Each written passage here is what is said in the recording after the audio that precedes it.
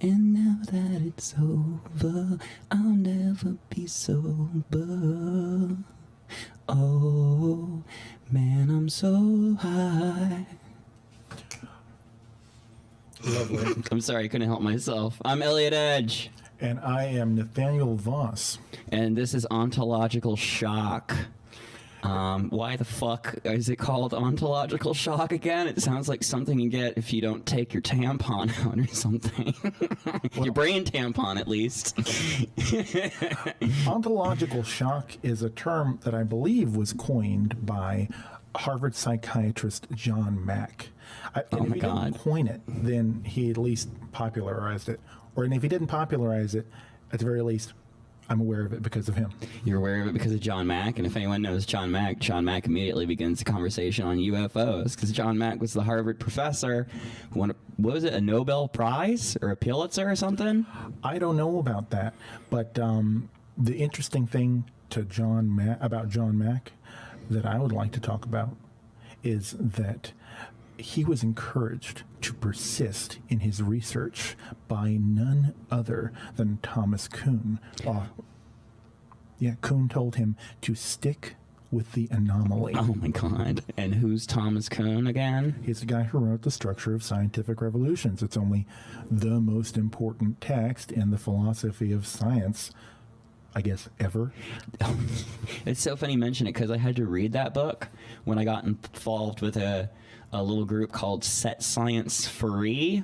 It's one of my major secret achievements. That's when we confronted the owner of TED. I forgot the name of the guy who runs TED, but we confronted him on the street on behalf of Rupert Sheldrake without his request. Rupert Sheldrake being that guy who does the ESP research and shit, you know, yes. Morphogenetic fields. And we confronted him on the street, and we got it on video of him admitting on video that TED is not a scientific publication, believe it or not. He was like, look, we're not a scientific publication. And I was just like, got it on film, bitch. Whoa. And it's funny because his people were filming our people. But yeah, Thomas Kuhn, I had to read that book to the campaign guy who started it. I was their strategist.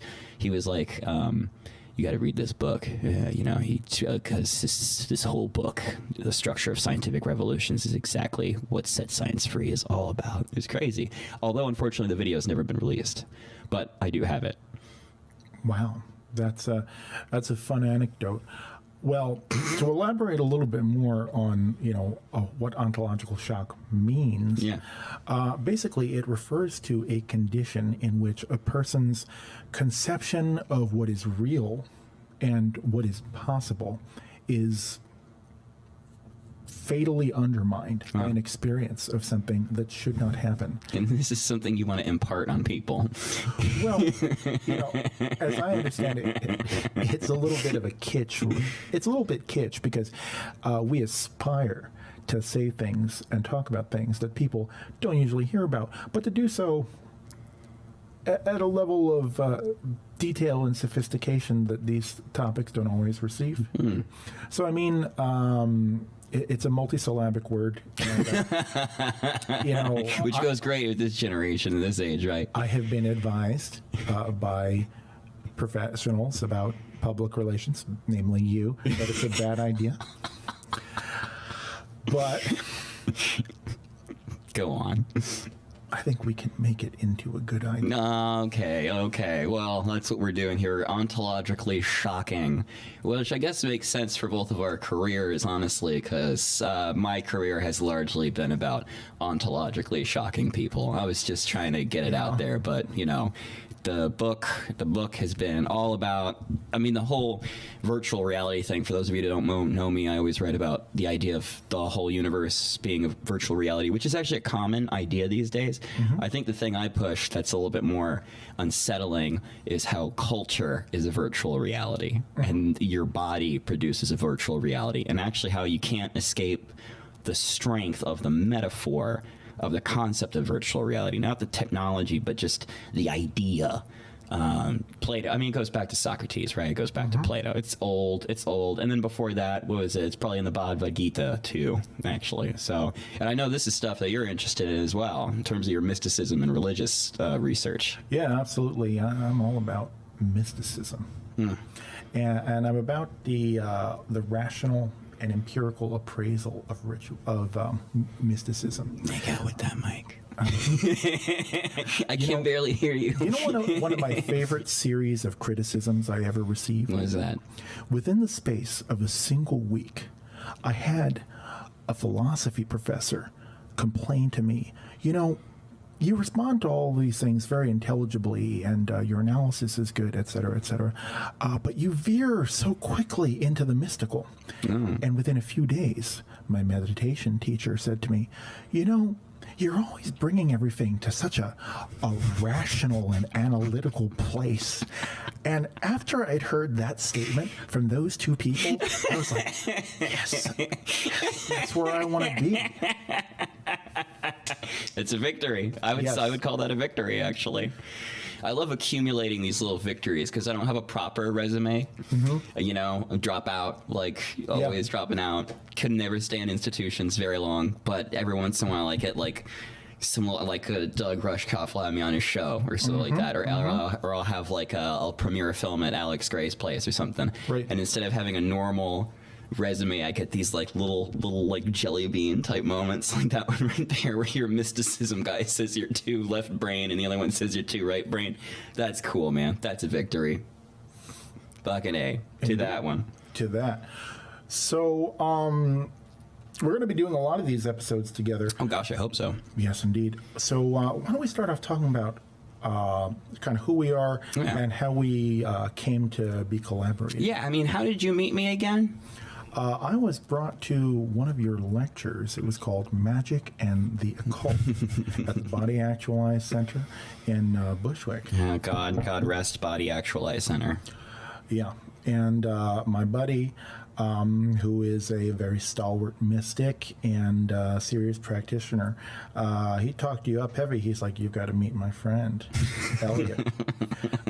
I think that this is a person that you would take a very serious interest in. I'm like, yeah, I'll come out. And which dude was that? That was our buddy Seth. Oh, wow. Yes. Seth. Did I tell you how I met Seth?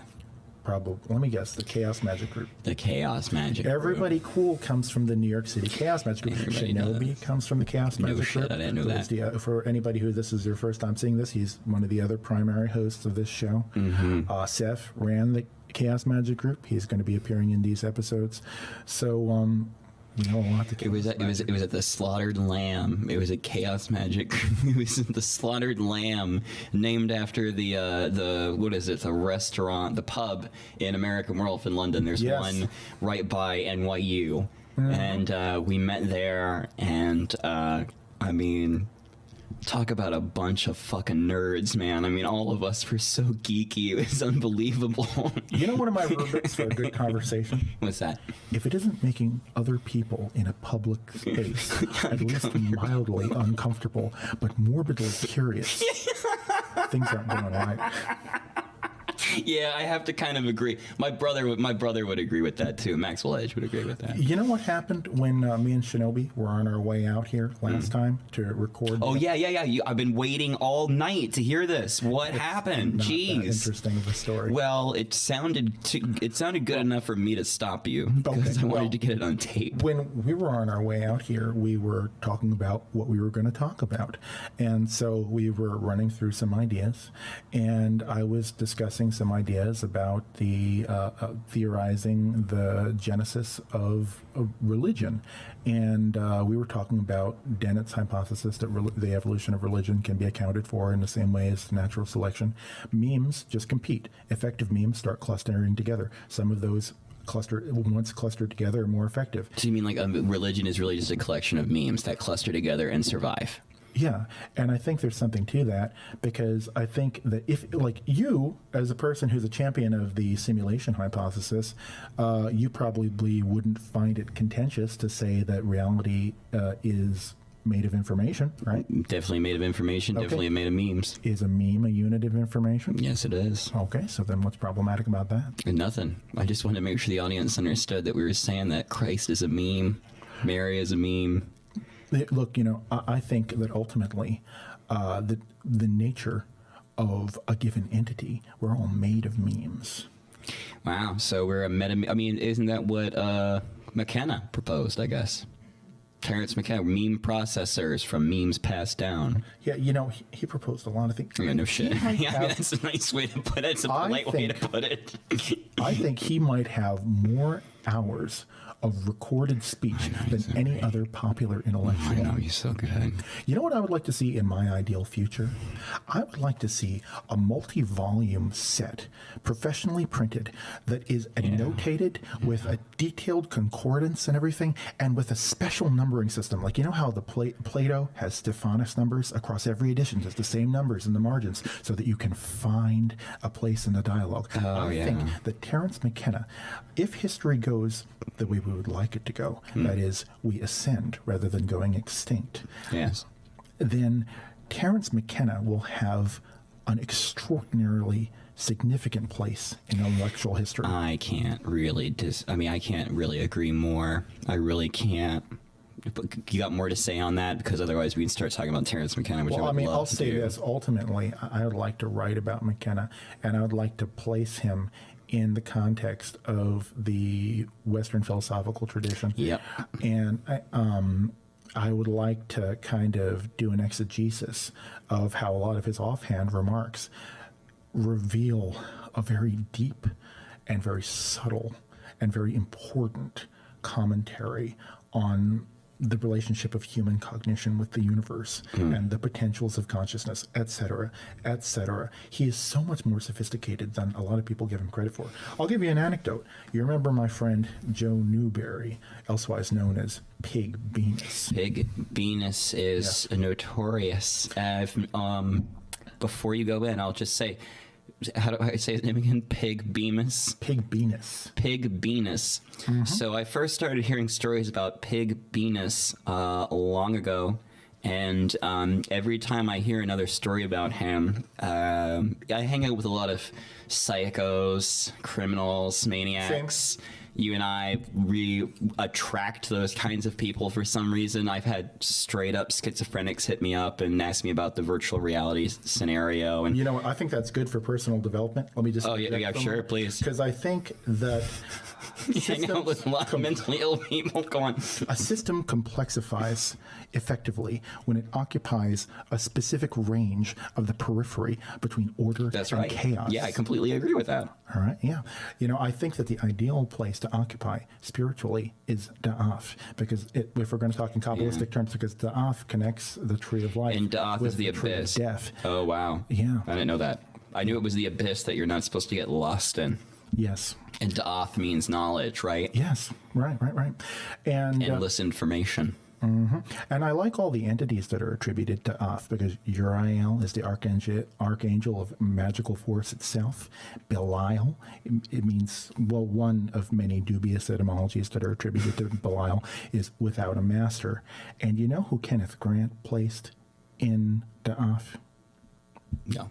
Yog Sothoth. Of course. So that's It all comes back to Yog Sothoth. That's my favorite Sephira. Everything always comes back to Yog Sothoth, folks. If you don't know who that is, crack open your most racist edition of H.P. Lovecraft and find out for yourself. Well, you can really refer to as page 751 of Elias Vernius's translation of the Necronomicon. Oh my God. Where you can read Yog Sothoth is the gate, Yog Sothoth is the key, past, present, future, all are one in Yog Sothoth. So anyway, you were I talking never about get tired hanging of out with this shit. weirdos, and we're trying So to we were figure out talking big about penis. we got to rewind, because every time I would hear a story about, I always say his name wrong, Pig Bemis. Every time I hear a story about this guy, I get frightened, which is kind of rare for me, given the kind of personalities I grew up with. I end up attracting for whatever reason. Right. But every time I would hear about him, he sounded like some kind of nihilistic terrorist kind of genius in a way. He had a heart of gold. He had a heart of gold, but he was also some kind of like deeply dedicated academic edgelord, right? Yes, yeah. I think that if Pig Venus were more motivated to marketing himself, he would probably be the champion or one of the deified figures of the internet culture of transgression for its own sake. Because he said a lot of terrible things, and he did so with tremendous intellectual finesse. I'll give you some examples. Please. One of the things he did, because he was bored, was he wrote an entire book in which he claimed falsely to be Edward Snowden. Oh my God. He published it on Amazon. No way. As if it were by the real Edward Snowden. It's called Everything You Know About the Constitution is Wrong. Oh my God. And some people bought it because it came up in their recommendations, and he used it for beer money. He was a fugitive who was persona non grata. He was living in another country. What does it mean to be persona non grata exactly? I mean, it's like you're exiled. You cannot come back to the United States. So he got kicked out of the U.S. It's a complicated story. I mean, we were already talking about McKenna, but this is a nice kind of side Well, part. I wanted to talk about what Pig Venus said about McKenna. I want to hear it. I want to hear it. But it's important to know who Pig Venus was. Yes, absolutely. It's really important. He wrote another book about Aleister Crowley. It professed to be the diary of a person who had identified with Crowley and who had come to believe that they were the reincarnation of Aleister Crowley. And what I like to do with people, if they're over at my house or we're having some kind of an event, and like, here, take a look at this book, turn to almost any passage. I guarantee it will be one of the most unspeakably offensive things you have ever read. I showed it to someone to lighten the mood once when I was doing a meditation session for him to counsel him after his father had passed away and he had found him dead. And sometimes you just get an intuitive sense that something incredibly inappropriate will lighten the mood. Sure, and so sure. I gave him sure. the apotheosis of Pig Venus's text, in which he claimed that the teleological vector along which all history and all consciousness were developing was his dick. And it was a prose poem it's a beautiful prose poem. And this guy who was in this traumatic state, he wrote him the dick history. Yeah, I had him read it out loud in friendlies. And here's what happened. That thing about morbid curiosity and freaking people out at the same time. Yes. Yeah, I love it. He said, "This is so horrible, but it's so beautifully written that I don't know what to feel." So here's what Pig Venus had to say about Terence. Oh, yeah. Okay, let's all reel it in. And remember, he's kind of an arch cynic. Yeah. What would you say his philosophy is, if he had one? Because to me... Complex. Complex, wow. Yes. Well, he was a Lacanian.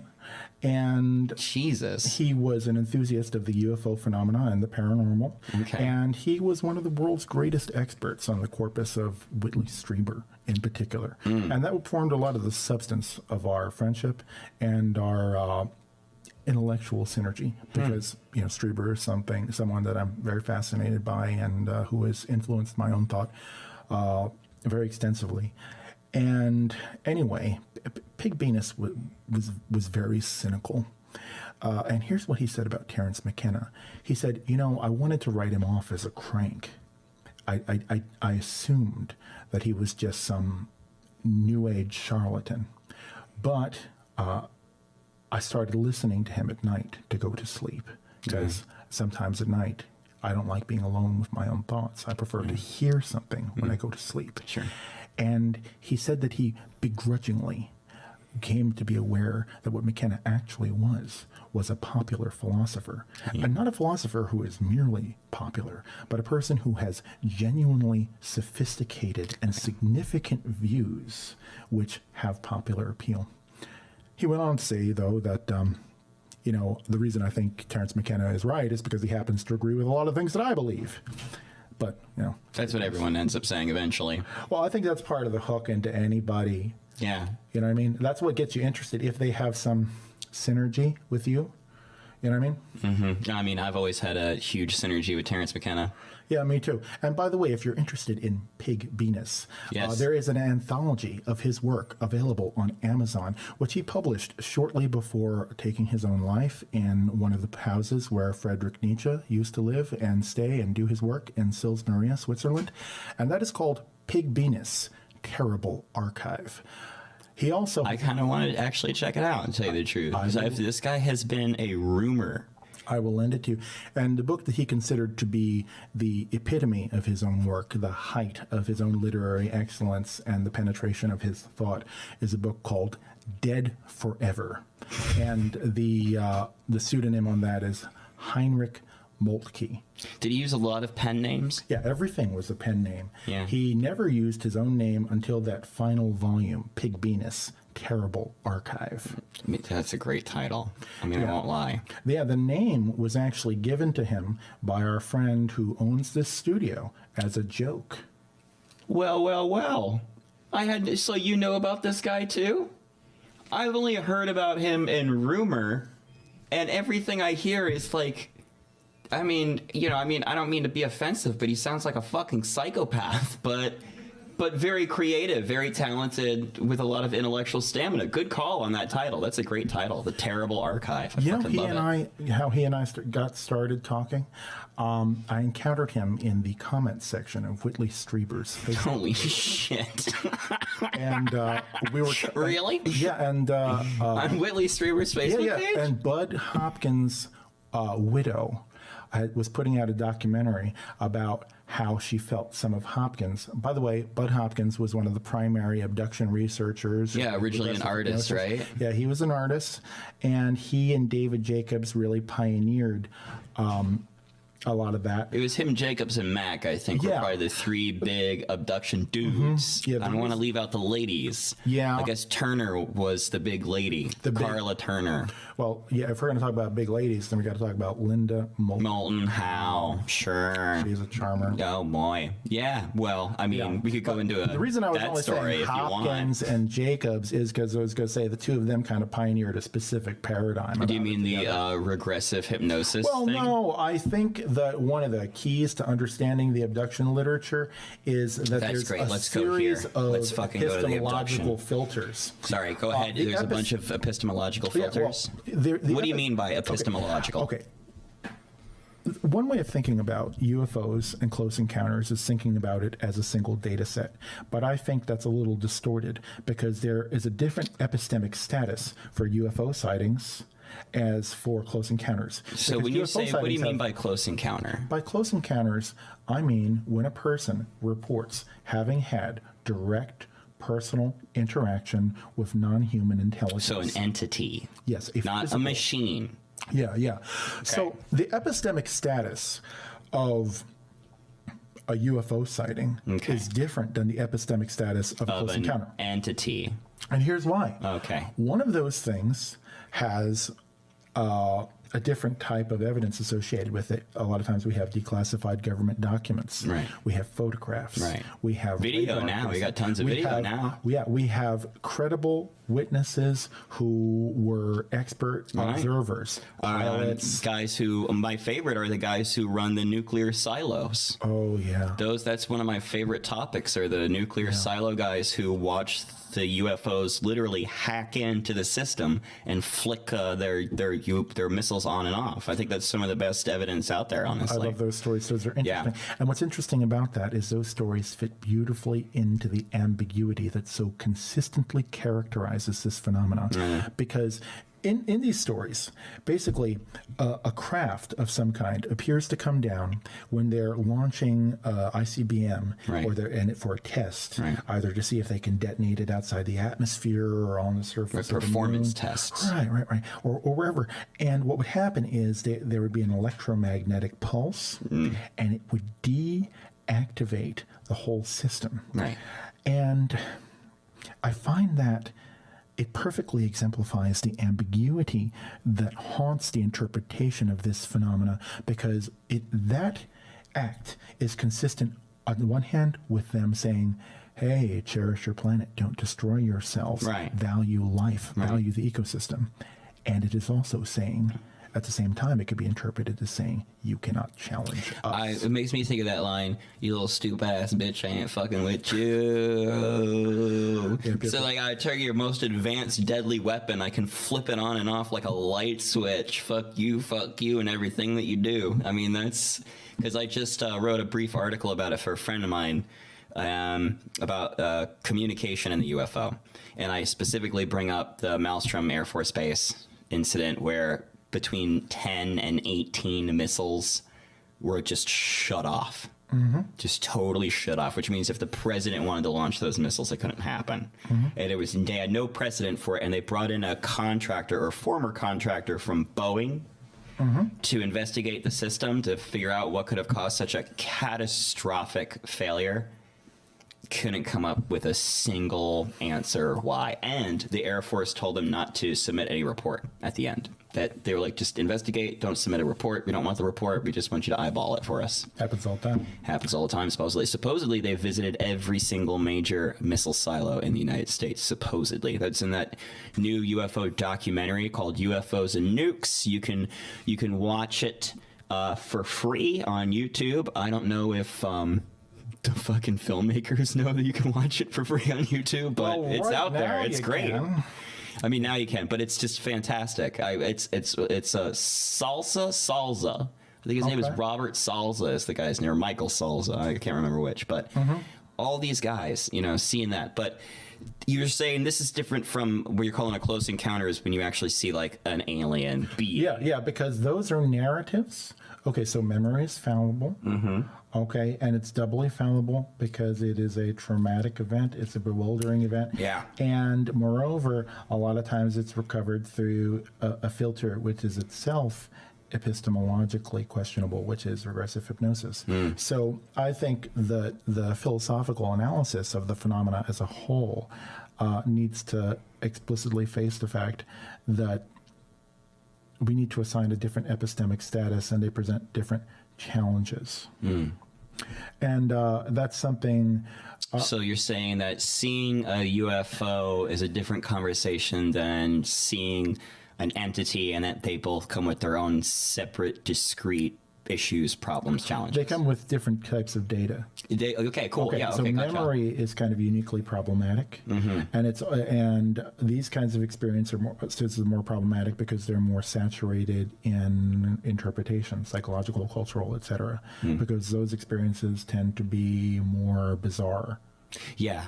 I mean, they are. I mean, I have already come out of the closet on this one, is that I saw a UFO. I've seen a couple, but I saw one very clearly in New Jersey in the afternoon, like 1 or 2 o'clock in the afternoon, broad daylight. It was obviously, oh man, I don't know. I mean, if I was going to ballpark it, 2012, 2011, something like that. And I later found out the part of New Jersey I live in is actually a historic UFO hotspot. I'm just a couple of miles away from the famous Stonehenge apartment complex incident, where a guy came home to North Bergen, saw some entities, saw some aliens living, whatever that is.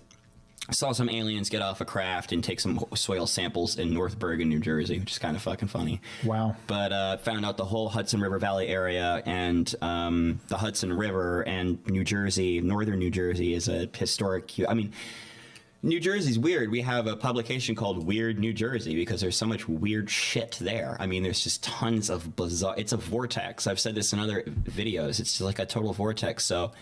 I can tell you it was not like seeing a creature, but it was seeing... I was convinced that I was looking at a vehicle, technology, and I was just... the level of fear that it generated in me is the way I describe it is like, just imagine if a wild dog that has never seen a human being before, one day is in the woods, and it spots a caravan of brightly armored Vikings marching through the woods, and just the kind of like animal terror of seeing something that is, not only bipedal, but it's got this armor, it's got this technology all over it. So scared the shit out of me. In fact, it scared me so bad I wanted to throw up. Wow. I distinctly remembered being physically nauseous. Now, I guess that's nothing like seeing an alien. Right. I've seen a couple of UFOs. Yeah? There are 3 examples that come to mind. I'm probably forgetting one. The first one that comes to mind right now, I was probably a preteen, maybe in middle school, living in the town we're in right now, here in Brentwood. Where are we again? We are in Brentwood, Long Island. Oh my God. First time. Yeah, yeah. And I was playing in the yard. I had a big, wonderful yard. It was several acres of property, and I spent a lot of time outside climbing trees and stuff like that. Although at the time I was already a super weird kid. I was practicing Western ceremonial magic. And What kind? What kind? Golden Dawn? yeah, I was doing Donald Michael Craig's modern magic curriculum. Yeah, and I spent like 4 or 5 hours a day just doing visualization meditation and trying to memorize the stuff that Crowley told you that you should memorize, and All right. all while Your systems. yeah. I went down Is that like the 777 book? Yeah. Well, you know what happens? Like, he says, the book of the law is the most important revelatory text. And then, this is before Amazon, and I remember ordering it to Barnes & Noble. I would order the book to the bookstore, and I was going to pick it up after reading about it in the Book of Thoth, and I took it home, and I'm like, what the fuck is this? I probably understand like 5 sentences in this whole thing. And then I read it again, and I'm like, well, gee, I guess I'll just have to learn 777. But anyway, that's beside the point. I was doing all that wacky shit, and I was in the yard, and I looked straight up. I looked directly above where I had been standing, and there, directly above, what's the word for that? Perpendicular? I don't know. I always failed at math. Yeah. I would just call it up. Yeah, like up like that, right? So, and there was this disc. Disc. Yeah, I saw the cigar. You saw the disc. it was dark against the sky, and I realized, like, how long has it been there? Why is it at that angle? Shit. And like you say, I experienced the most intense biochemical, physiologically in there type of fear that, well, not that ever, but I ran into the house in a state of total shock. Now, the next instance that comes to mind is in Brooklyn Heights. And Brooklyn Heights is kind of an interesting neighborhood for It stuff is like this. kind of a strange Because neighborhood, isn't it? H.P. Lovecraft used to live there, Right. and so did Whitley Strieber. Right, and the most incredible view. Yeah, it's true. So me and my wife now, my girlfriend at the time, were hanging out in Brooklyn Heights, and we were looking at the stars on the grass. And there were these 2 lights that came together. They started from opposite points in the sky, and they met, and they became one light. And that one light zipped off. So this is the thing I want to ask you, because this is something that I've been thinking about quite a bit, is the thousands of sightings reported a year. Yes. Thousands, right?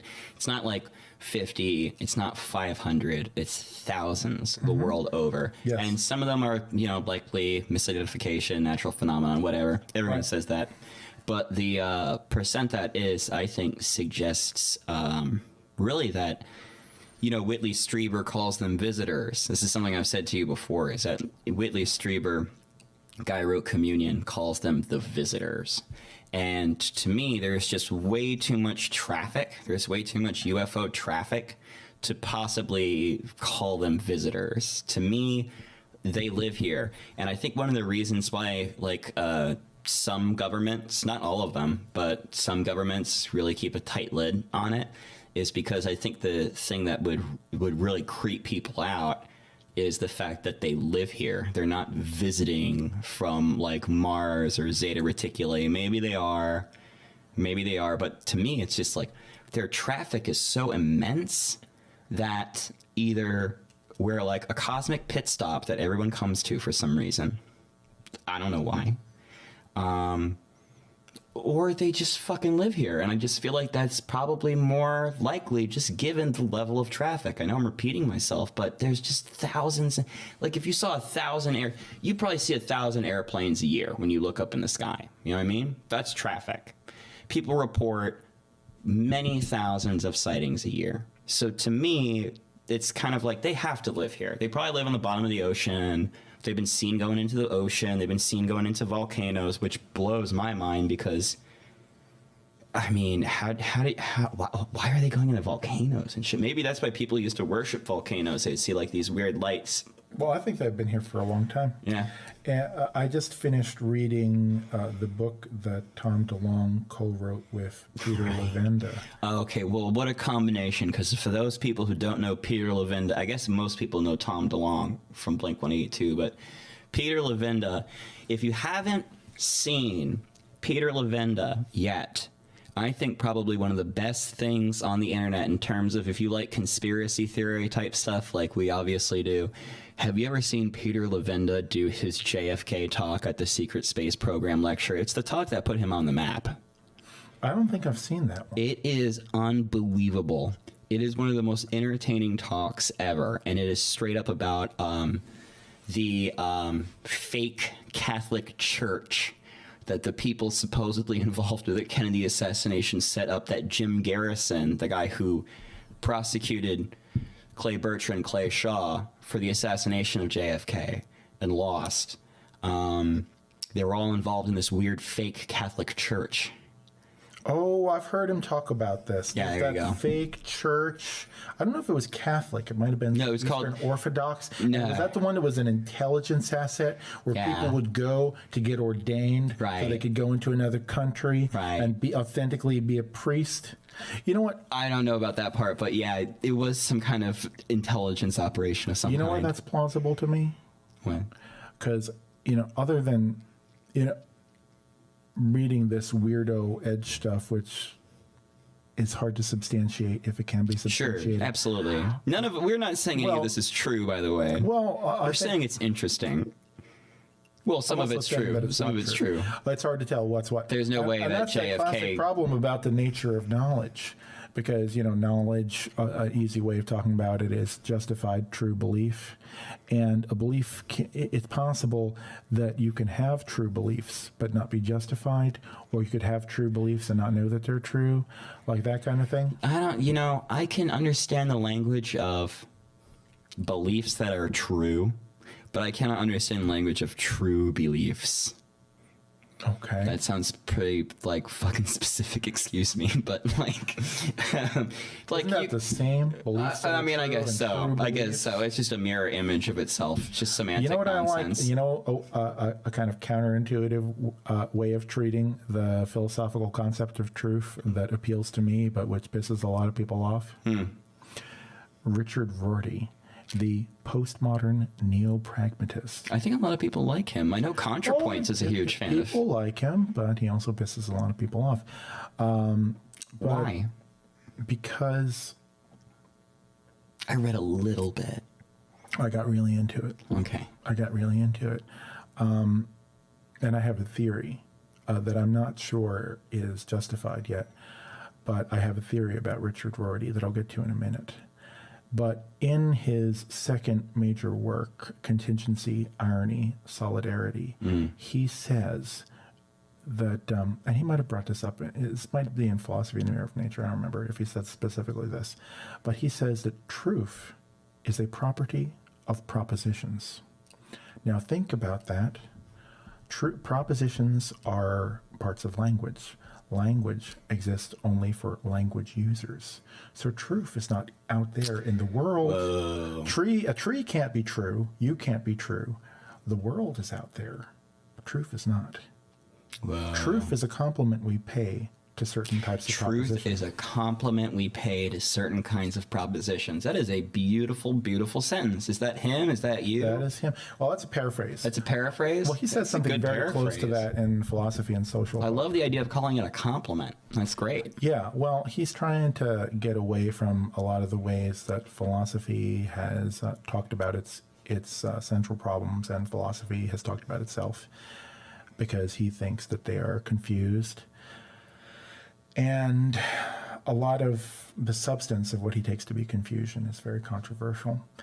But I think that Richard Rorty, or at least elements of what he has to say, harmonize very effectively with the philosophy of Nagarjuna and of Tsongkhapa. And so who's Nagarjuna? So Nagarjuna is the Buddhist philosopher who explicitly laid down the teachings of emptiness. Now, He's the second. Wasn't he the second? people call him the second Buddha Right. because of the incredible significance of his contributions. Now, somebody who believes in the literal reality of hagiographic text within the Buddhist tradition would say that Nagarjuna got these ideas from these supernatural, non-human entities Whoa. that exist under the ocean, because Whoa. the Buddha had said that the people of this time are not ready to understand the full depth of the nature of reality. Are you fucking kidding me? Yes. I've never heard this. Yes, and the Buddha imparted these secret teachings to the underwater non-human beings Shut up. so that they could be given to Nagarjuna at a later date. And that, I've never heard this. yeah, and those beings were called Nagas, and so that's why it's part of his name. Oh, my Naga gosh. Arjuna. So are we? So is what's being suggested is that Nagarjuna has special Buddhist insight given to him by underwater dwelling aliens? You know, I've thought about that. You know, here's Sounds another. exactly like that to me. You want to hear something else? That's Yeah, kind of I'm thought-provoking? fucking ready, bro. I'm pumped. Where is this going? Tsongkhapa. Okay. Tsongkhapa is the person who started the Gelug lineage of Tibetan Buddhism. And that is the most powerful or predominant lineage in Tibet. That is the lineage that's presided over by the Dalai Lama. And Tsongkhapa, while he was training, allegedly, under Manjushri himself, who is the cosmic bodhisattva of wisdom. Yeah, Manjushri, it's crazy. And during the whole time that Tsongkhapa was undergoing this training, there were these golden letters, these strange golden letters filling the sky, which spelled out the 20 formulae of emptiness. And this persisted for months. And this is standard Buddhist canon. Yeah. I'll show you the text. And Holy shit. Skywriting aliens. check this. Do you remember that awesome story that Linda Moulton Howe covered, where this person who was part of some deep black government program I'm loving this. was trained and prepared to psychically interface with a gray alien? He was prepared by the U.S. government. He was told that when this happened, he would experience visceral, chemical, bodily terror. Ontological shock. Yeah. And it was explained to him that the reason for this is because our molecular biology, the chemistry of our cells reacts to these beings with fear because they're not part of our phylogenetic tree. Wow. Yeah. So our senses don't know what to do with So them. you just go into panic mode. Yeah. No, there are other explanations for the fear. Like, I heard that basically everyone goes into panic mode. yeah, but I like that physiological explanation. Strieber says it's because they're so much more immeasurably conscious than we are. That's when Yeah, a that's what I dog would looks at a imagine. human Right. Dog can't stand it. Yeah, you're Right. like a fucking dog ape. Yeah, sure. Flashback to Linda Moulton Howe's story. Okay. So the guy goes up to the alien. This is fucking great. Yeah. And he begins to psychically interface with it.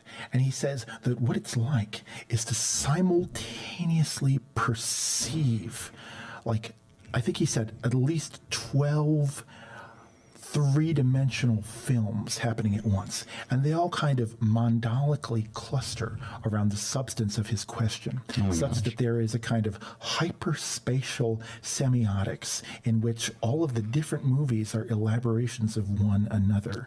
And this is how the being cognizes and how it communicates.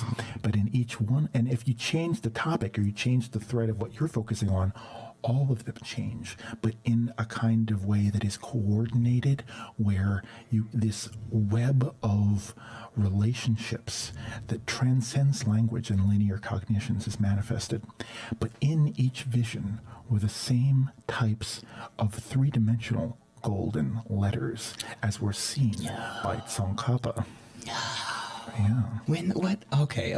Was this Strieber? No, actually, nobody else. Oh no, this is Howe. This is Linda Moen. This is Linda Moen now. Well, I think I heard it recounted her talking to Whitley Strieber. It sounds like your standard high level LSD trip. Yeah, like I remember the first time I showed this passage to Shinobi. Gosh. Yeah. I was meeting him somewhere in Jersey for We'll this keep party. it secret. I got off the bus and I've been reading Robert Thurman's introduction to one of Tsongkhapa's texts, which is like this 200-page introduction because you can't understand Tsongkhapa. Oh my gosh. But I like the introduction in and of itself a lot. Really? Yeah, it's one of my favorite books. I found it in the garbage. And it illuminated my practice. I was walking up the street, up this hill in Park Slope, and somebody had like this pile of books they were throwing out. And I looked at it, and I always look to see if it's something cool. Sure, naturally. And there is this text, The Central Philosophy of Tibet. I'm like, oh yeah, I'm fucking get that one right yeah, there. and like that one wound up like seriously enriching my paradigm. Anyway, I get off the bus. I'm like, here, look at this. And Shinobi was like, what was this guy living off of for his meditation rations? Ergotamine titrate? That's the chemical precursor of LSD. No. But no, ergot can grow. Oh, ergot. Ergot. Gotcha. He didn't say Okay, it. I don't know if ergot. it said titrated. You're like, yeah, if you said ergot, I would have known what you meant. Yeah. So, yeah, there's So I didn't really know the connection between the Buddhism and a lot of like UFO alien type sounding encounters. Well, let me tell you this. Do you know that, well, I mean, it's widely known that in Tibetan Buddhist cosmology, there are said to be unlimited planets with intelligent beings on them. Okay, that's just part of their belief. I guess standard, I guess. They talk about these vessels, which are discs. No that shit. The beings who preside over a galaxy ride around on.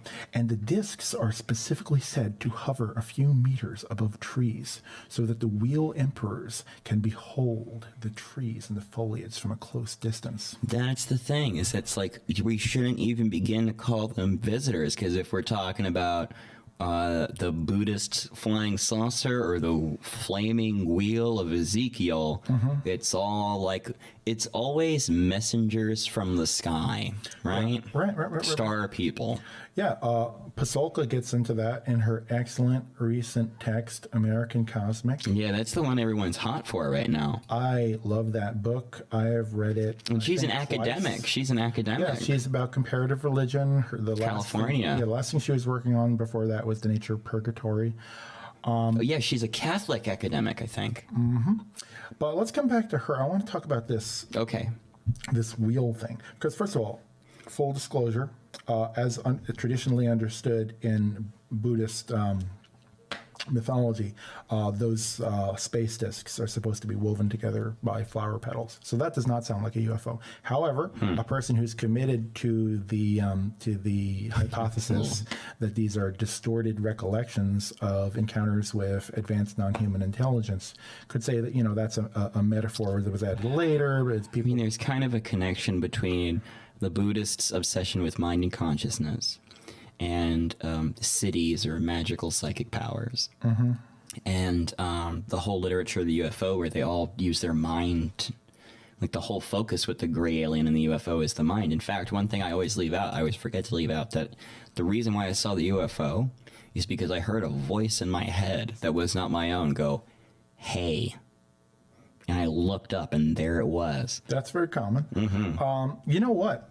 I want to add one more thing to this. Sure, please. Buddhist thread. Yeah, this is interesting. I never heard this. There's a video of our buddy John Mack on YouTube, which is not hard to find. There's a couple videos pertaining to this, where John Mack is visiting Dharamsala, India. Okay, and as most people probably know, that's the location where the Tibetan government in exile is. My gosh. Yeah, and John Mack was there to meet with the Dalai Lama. Yeah, and he was talking. Oh, I love this. Yeah, He was talking about. Yeah, I think I played this for you. He was talking about an earlier meeting he had with the Dalai Lama, which was specifically convened to discuss the meaning of the abduction phenomena. And the Dalai Lama was completely okay with it. And he said that his hypothesis was they were here to stop us from ecological destruction. Because he said that his opinion was that the Greys' perception was that we were, our project as a society was about turning forest into desert. Good gosh. But that's one of the leaders, or as close to it as a leader of one of the major world religions as you get. Well, supposedly the Vatican's really into the UFO.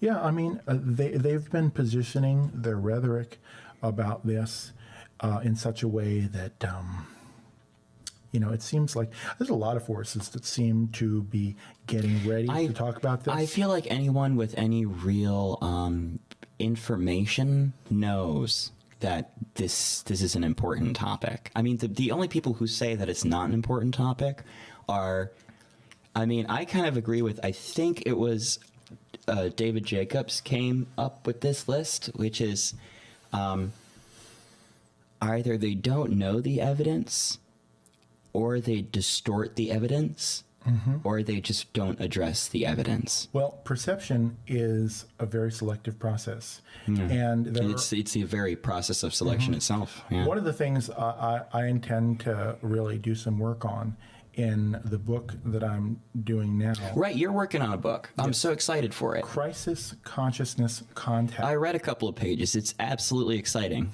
Yes. So this What's book, it about? by the way. Well, basically, it's about the philosophical significance of the UFO and close encounter phenomena. And basically, it's taking some themes from epistemology and philosophy of science to look at the data, look at how best to judge the data, and to consider its significance. But why did I bring that up? What was I going to say about it? One of the things I say in there, we're talking about... You're talking about Mac and Buddhists and anyone with any real information. I think that one of the things you really need to get into when you think about this is social psychology and the psychology of belief, and trying to sketch a systems theoretic schematization for how ideology functions. Because so what do you mean by that, quite? Well, let's forestall that, because we're coming up to the end of the hour. I know. Yes. The hour goes by fast, doesn't it? Yes, it fast does. when you're having fun. Yeah, it is. But maybe we could close by saying that one of the real interesting questions is, why don't people believe in UFOs? Here we go. Let's talk about that. That's a good closer, because we got about 8 minutes? Yeah. So here's my... Yeah, let's talk about that. Why don't people accept the UFO? I think the first thing I want to put on the table is that they say, well, it would just take too long to get here. But that's just assuming that you can't go faster than the speed of light. That's a post hoc thing. Yeah. Because people don't look at the evidence. Right. I've been trying to think of a kind of rigorous or a set of criteria that would together constitute a rigorous definition of what ideology is and how it works. And one of those propositions is that ideology is a way of coding the value of information according to the perceived intent of the originator of the information. Wow, that's really specific. It's really well done, actually. Well, I appreciate that. Because I keep looking through the literature, and people talk about ideology, especially in the Marxist world and the literature that's associated with it. But I haven't found. I feel like there's a deeper structure there that could be theorized. But anyways,